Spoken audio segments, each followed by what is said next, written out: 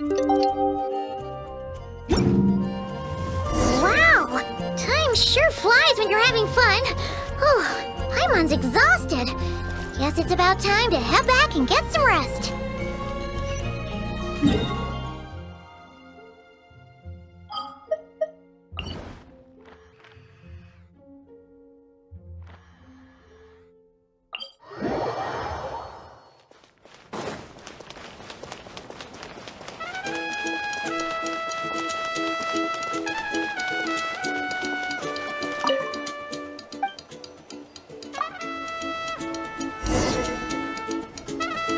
Morning, Traveler! Morning, Paimon! Thought I'd come over and say hi, puffer, floaters, and all! Morning, Mualani. How are you so full of energy? Weren't you the one partying the hardest last night? That was last night! I got a good night's sleep, and now I'm good as new! Here, take this. It's your prize for completing the album. I picked yours up, too, to save you the trip. Wow! Thanks, Mualani. That was so nice. When it comes to helping people, a good guide always thinks one step ahead, right? Oh, and speaking of work, I guess our vacation's almost over, huh? Probably for the best. If I don't head back soon, I'm worried my little doggy won't even remember me. And after talking to the others, it seems like everyone is just about ready to get back. Some are missing their families. Others are going through dandelion wine withdrawal, I guess. Even Chaska seems to be feeling it. Not that she'd ever admit it, but I have noticed her gazing back towards the Flower Feather clan at night. But summer's not over yet, so I say, we squeeze a few more unforgettable moments into the time we've got left. Like another group photo. Hey, how about taking one right here? After all this time, Paimon's grown kind of attached to this place. Great idea! Why don't you spruce up this wall, and I'll go gather the others. See you over at the plaza!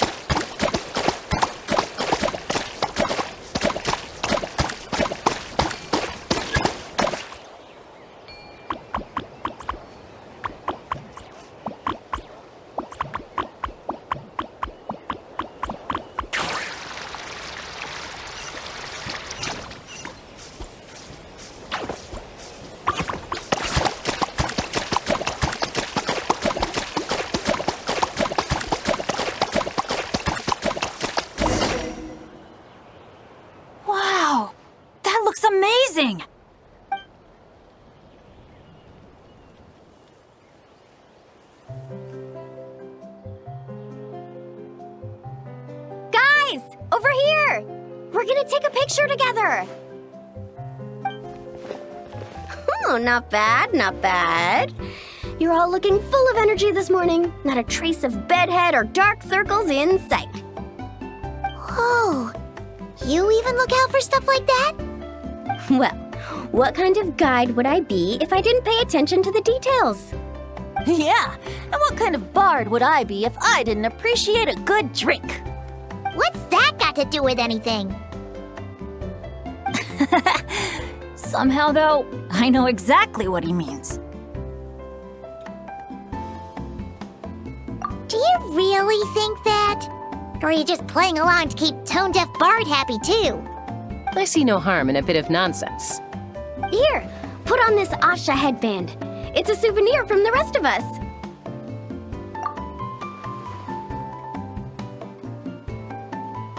It really suits you. Alrighty then. 3, 2, 1. Paimon? Sorry. All that nonsense has got Paimon's head muddled. Her mind's gone completely blank. Don't want it all to end, huh?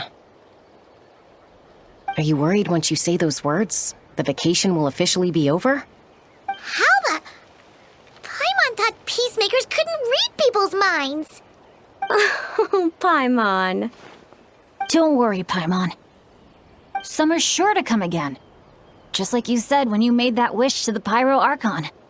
Even though we'll all be going our separate ways, as long as we cherish each other's friendship, I just know that our paths will cross again. Bennett's becoming quite the talker, huh, Professor Venti? Well, I wouldn't dare take credit for something like that. Your tone would suggest otherwise. Come on! Paimon was just starting to feel inspired! Why don't we just give it another try? Yeah, let's do it all together this time. Huh. What should we shout? Sounds good!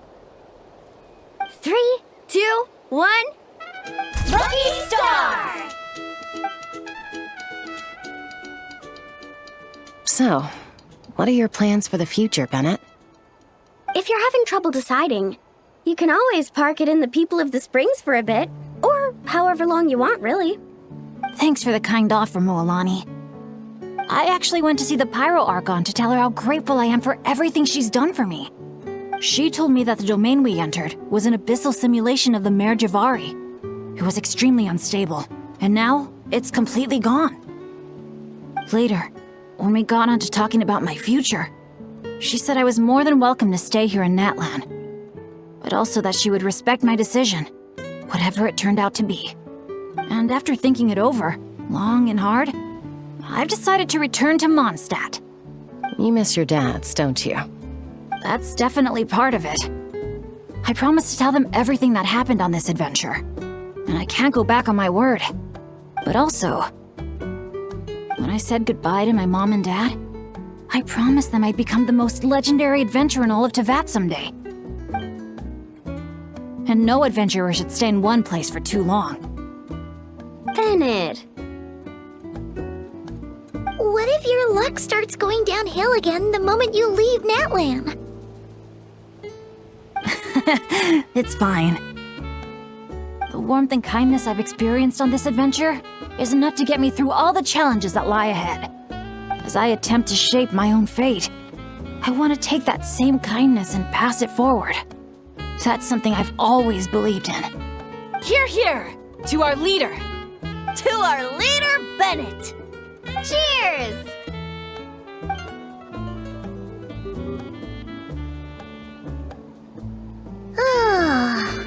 This is gonna be another all-nighter, isn't it?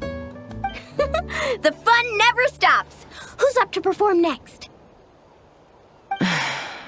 Bennett's almost fallen asleep several times now. No. I can still keep going. Go get some rest now, guys. And seeing as you've still got the energy, I'll leave the cleanup to you, Mualani. Huh? Why me? Traveler, perhaps you could join me for a walk? I know a great spot.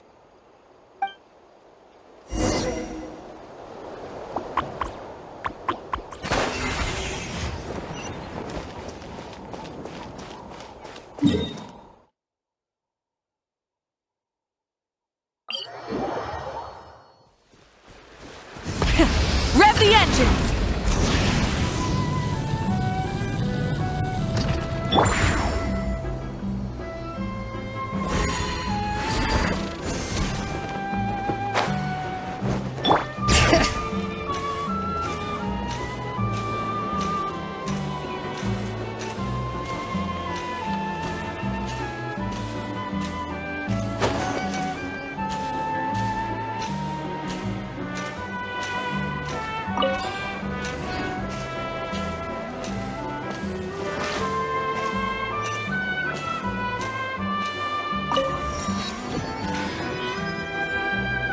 You might be tone deaf, but you sure know how to sniff out a good view. Glad you like it. Some stories aren't meant for the birds, only for the stars high in the sky. More like a story that begins with time itself. Long, long ago, time began to write the story of this world. To her, all living beings were equal, both in their value and in significance. Like an ancient scroll, she engraved upon her memory all people, all events, all encounters, and all farewells. Back then, as an animal spirit, I had a chance encounter with time at the Thousand Winds Temple. Hearing my wishes, she entrusted me with fragments of her power and authority. Sounds like you've heard the story of time and the wind before. Charming, isn't it? Through the memories engraved in rituals, poems, ruins, and ancient texts, the same beings she considered so insignificant have met her, time and time again. So, this is the story you wanted to share? More like the prologue. The corruption of the Mare Javari is tied to time itself. To put it another way, it is a calamity present in every moment that will ever be. Unlike time herself, I have always cherished many wishes in my heart. 500 years ago, to prevent the corruption of the Mare Javari from spreading beyond Tenochtitlan, I blew it off the timeline, turning it into the Windless Land. Oops, seems like I may have confused you. If you're asking about how the Mare Javari disappeared from Tenochtitlan 2 or 3 decades ago, there may be someone else better suited to tell that story. The Mare Javari has been the bearer of too many stories that weren't meant to be its own. I merely played a part in one of its chapters. And the choice I made 500 years ago came with a price. Some souls were unable to return to Mondstadt as a result, while others stayed to settle in this land, merging with the Monitu to become the Asha we see today. So the reason you're here in Tenochtitlan is because... Correct. I'm here to collaborate with the current Pyro Archon, Mawika. Correct again. The flame was our signal. Only by having Mawika open a rift between that space and the true Mare Javari could I sneak in and bring back all the souls who wish to return. As for my little trick of bringing back memories as well, it's not the first time I've pulled that off. Mawika also mentioned that you were planning to introduce us. Looks like I beat you to it, huh? I was glad to discover that she shares my love for fine wine and freedom. We got along great. Well, it really took it out of me for a few days. In fact, I still feel pretty dead on my feet even now. Oh, really? But thinking of all the Aether mead and dandelion wine still left to drink, I suppose I can hang in there a little longer. You don't look that tired to Paimon. So, don't think you can just pull out that little excuse and we'll suddenly foot all your bills. Oh, how you wound me, Paimon. You'll hook me up with some good liquor, won't you, Traveler?